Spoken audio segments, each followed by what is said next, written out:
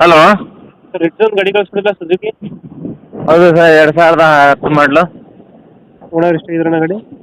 3 ಗಾಡಿ documents running ಇದೆಯಾ? Running ಐತೆ. ಗಾಡಿ ರನ್ನಿಂಗ್ ಎಷ್ಟು ಇದೆ ಇದು?